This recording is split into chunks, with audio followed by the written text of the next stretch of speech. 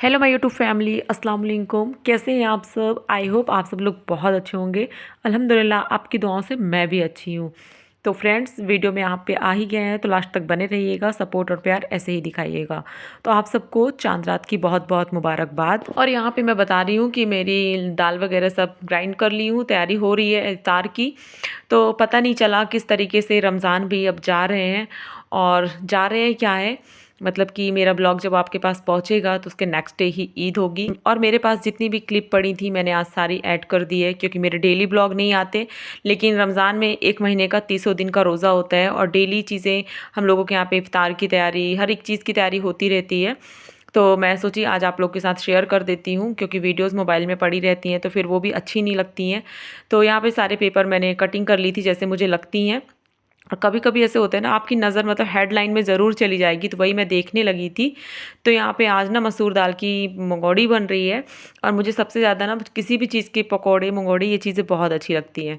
तो मेरा रहता है कि अम्मी ये चीज़ें बने तो अच्छा लगता है इफ़्तार के बाद, मतलब इफ़्तार टाइम में।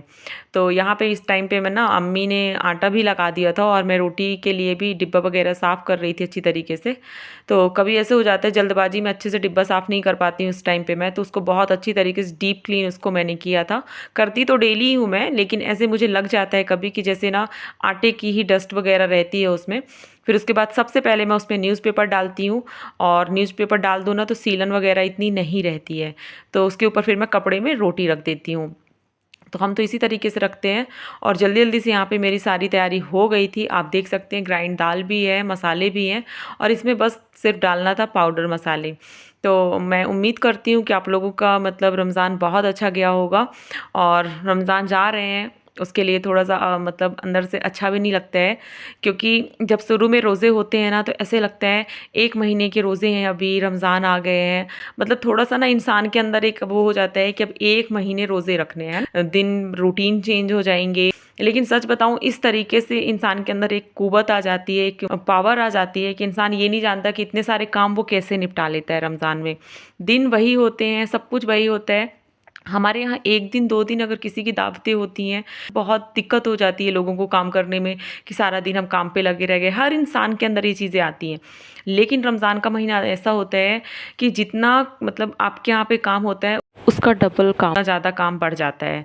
औरतों के ऊपर बहुत बड़ी जिम्मेदारी आती है, उनको हर एक चीज़ मैनेज करना होता है। मतलब आप लोग समझते होंगे जिस जिस तरीके से जो औरतें संभालती होंगी घर गृहस्थी, मैं उनके लिए बोल रही हूँ।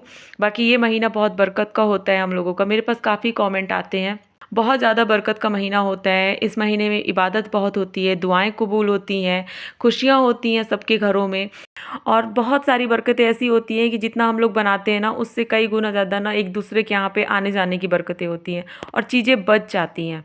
तो अल्लाह का शाफ फरमान है कि कोई भी ना भूखा नहीं रहेगा इस महीने में। सबके घर में दस्तरखान सजेंगे और सबके घरों में बहुत नेमतें, बहुत बरकतें होंगी। आ चुकी हैं मिस अना, दो दो दो दो दो दो सब तैयार है थैला। दो। इसमें क्या लेके आई? लोकल फ्रेंड है, वो मुझसे कॉल करेगी तो यही बोलेगी कि तुम लोग इतना कैसे कर लेते हो। तो मैं उसको यही समझाती हूँ कि देखो, हम लोग बस नहीं करते, सारे मुस्लिम करते हैं और सबके घरों में बहुत अच्छे से ईजिली हो जाता है। तो यही तो खुदा की नेमत है ना, कि हम लोगों को इतनी ताकत देते हैं अल्लाह पाक, कि आप सब लोग कर सकते हो वो चीज़ें। तभी तो अल्लाह पाक ने ये महीना हम लोगों के लिए बनाया है। अल्लाह पाक ना हर इंसान को उसकी क्षमता के हिसाब से उसके सामने चीज़ें लाता है। तो इसी तरीके से रमज़ान भी है। अल्लाह को सब पता है कि मेरा बंदा कितना कुछ कर सकता है, कितना कुछ नहीं कर सकता है। उसके हिसाब से ही हमारे लिए रमज़ान का महीना बनाया है। तो ये रही रमज़ान की बातें। और यहाँ पे फिर मुझे चाय बनानी थी तो मैंने चाय बनाई। तो यहाँ पे चाय बनाने से पहले ना मेरी नीयत डगमगा गई मलाई में। तो मैंने सोचा पहले मैं मलाई खा लेती हूँ थोड़ा सा, और बहुत ज़्यादा मलाई में ना मतलब अलग से ही ऐसे घी दिखा करता है और बहुत टेस्टी मलाई होती है। तो मैं थोड़ा सा खा ली, लेकिन ना मुझे इस टाइम पे थोड़ा दिक्कत होती है। मुझे लग रहा है वेट मतलब लॉस तो रमज़ान में होता है, उसकी कोई वो नहीं। तो 11 महीने हैं ना, बहुत अच्छे से खा लेते हैं। लेकिन ये है कि थोड़ा सा ना टमी ऐसे होता है कि थोड़ा बैलेंस बिगड़ता है, मुझे ऐसे लगता है टमी निकलता है बाहर, तो उसकी टेंशन होती है। लेकिन कोई नहीं, अभी तो मैं आपको बिल्कुल फ्लैट दिख रही होंगी, लेकिन मुझे अंदर से ऐसा एहसास होता रहता है। तो वो चीज़ें ना एक्सरसाइज करो तो ठीक हो जाएंगी, उसके लिए भी अभी मेहनत कड़ी करनी है रमज़ान के बाद। और यहाँ पे मुझे कस्टर्ड बनाना था, तो उसके लिए एक तरफ मैंने दूध उबलने के लिए रख दी है। और ये ब्लॉग ना उस दिन का था, हमारे यहाँ पे बारिश हुई थी और लाइट भी आप देख सकते हैं जा चुकी है। तो ये नेक्स्ट डे का ही था, जो मैंने अभी दिखाया ना उसके बाद वाले दिन का ये था। और यहाँ पे पालक के पकौड़े बनाने थे। तो पालक तो आप देख सकते हैं कि ये ना कि ओवर हो रही है और इसमें बेसन जा ही नहीं पा रहा है। और बाहर से अम्मी ने मुझे आवाज़ दी कि आज ना पत्थर गिर रहे हैं ऊपर से। तो मैं गई और यहाँ पे ना बर्फ़ पड़ रही थी, मतलब ना जो ओले गिरते हैं ना वो आ रहे थे। आप देख सकते हैं कितने ज़्यादा आ रहे थे, वाइट दिख रहा था यहाँ पे सब कुछ। तो मैंने छोटी सी क्लिप ली। लेकिन हर एक चीज़, अगर हमेशा आपके साथ ना कुछ बुरा होता है, कुछ नुकसान होता है, जैसे कि हम लोग के यहाँ पे खेती बहुत ज़्यादा होती है तो उनके लिए तो बहुत ज़्यादा मुश्किल होता है, किसी जगह की भी बात हो। तो ऐसे दिख रहे थे पत्थर। तो मैं यही बोलती हूँ कि नुकसान है, लेकिन उसके पीछे ना बहुत बेहतरी होती है और वो आपको नहीं पता होती है, वो आपके सामने किस तरीके से आ जाए। अल्लाह ने अगर कुछ लेना है तो वो देता भी बहुत बेहतर तरीके से है। तो हमेशा अगर आप लोग के साथ भी कुछ होता है ना, तो आप लोग बस हिम्मत मत हारिए, सब कुछ बेहतर होगा। और एक तरफ ना मैंने इसमें डाल दी है थोड़े से आलू कट करके पतले पतले स्लाइस में।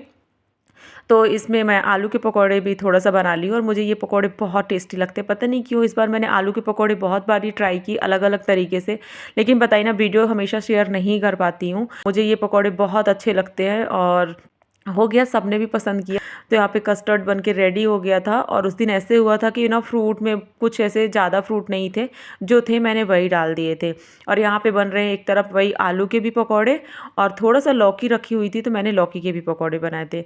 नेक्स्ट डे मॉर्निंग का है ये, मैं छोटी सी वीडियो बना के मोबाइल चेक कर रही थी, उसका ऐसे ही बना लिया था बस, और कुछ नहीं था। तो सुबह पे ना चावल बहुत ज़्यादा बच गए थे तो मैंने फ्राई कर लिया और यहाँ पे मैंने टमाटर की चटनी बना दी है। तो ये सबकी यूज़ हो जाएगी, जैसे घर में जो लोग रहेंगे सब ने खा लेनी है। और यहाँ पे उसमें अच्छी सारी मैंने धनिया पत्ती डाल दी है। तो ये तो मेरी मोस्ट फेवरेट होती है। लेकिन हो गया, एक रोटी से काम चलता है, रात के डिनर में करना है तो बस एक ही रोटी खाना है। तो फिर मैंने थोड़ा सा ही खाई थी। और उस दिन शाम को फिर से बनी थी नॉर्मल तरीके से चाट। हमेशा चाट की रेसिपी डालती रहती हूँ, लेकिन उस दिन उसमें कुछ भी नहीं था। इस बार ना मैंने कटोरी चाट, करेला चाट वगैरह कुछ भी नहीं बनाया, क्योंकि उसमें ना बहुत ज़्यादा टाइम भी जाता है और बस यही होता है कि वो डेकोरेट एक तरीके से होती है और कुछ नहीं। तो अलग अलग तरीके से सब लोग ट्राई करते हैं बहुत सारी चीज़ें। और बनाना था मूंग दाल के पकौड़े भी, साथ में बनी थी शाही टुकड़े। लेकिन शाही टुकड़े की जो मैंने वीडियो बनाई थी ना, वो मैंने दूसरे मोबाइल से शूट की थी, तो वो वीडियो ना मेरे को फिर नहीं मिली। और बस शाही टुकड़े मैंने फ़र्स्ट टाइम इस बार रमज़ान में ट्राई किए थे और वाकई में बहुत टेस्टी बने थे। वीडियो भी बहुत प्यारी बनी थी, लेकिन पता नहीं कैसे क्या हुआ तो मैं शेयर नहीं कर पाई। कोई बात नहीं, कभी कभी ऐसा हो जाता है। और इस टाइम पे ना ब्रेड की फिर से मुझे नीड थी, लेकिन ना जो ब्रेड वाले भैया आते थे ना वो आए ही नहीं, तो ब्रेड ही नहीं खरीद पाई फिर मैं। और यहाँ पे बॉल जैसे बिल्कुल मैंने ये ना खड़ी मूंग दाल के पकौड़े थे, ये ना हमारे खेत में पिछले साल हुई थी उसी के थे। तो फिर फ्रेंड्स मैं ना ये ना 2 दिन की क्लिप मैंने यहाँ पे फिर ऐड की है। 2 दिन के इफ्तार का था, मैं आप लोग को बता दूँ, बिल्कुल भी कंफ्यूजिंग नहीं हो आपको। तो यहाँ पे ना उसी के पकौड़े थे, साथ में मैंने फिर इसमें से आलू डाल दिए हैं, आप देख सकते हैं। और आज बनाई थी इसमें आलू, प्याज, बेसन और हाँ पालक, थोड़ा सा पालक डाली थी, ये वाले पकौड़े थे। तो कुछ ना पकौड़े चाहिए होते हैं साथ में, तो ये सारी चीज़ें चलती रहती हैं। और इसके पकौड़े मुझे बहुत टेस्टी लगे थे। तो आई होप आज का ब्लॉग आपको अच्छा लगा होगा और बस दुआओं में शामिल कीजिएगा मुझे भी। और आप लोग सब लोग ईद बहुत अच्छे से मनाइएगा, खुशियों में शामिल कीजिएगा सबको। अब मिलेंगे नेक्स्ट ब्लॉग में। अस्सलाम वालेकुम, अल्लाह हाफिज़।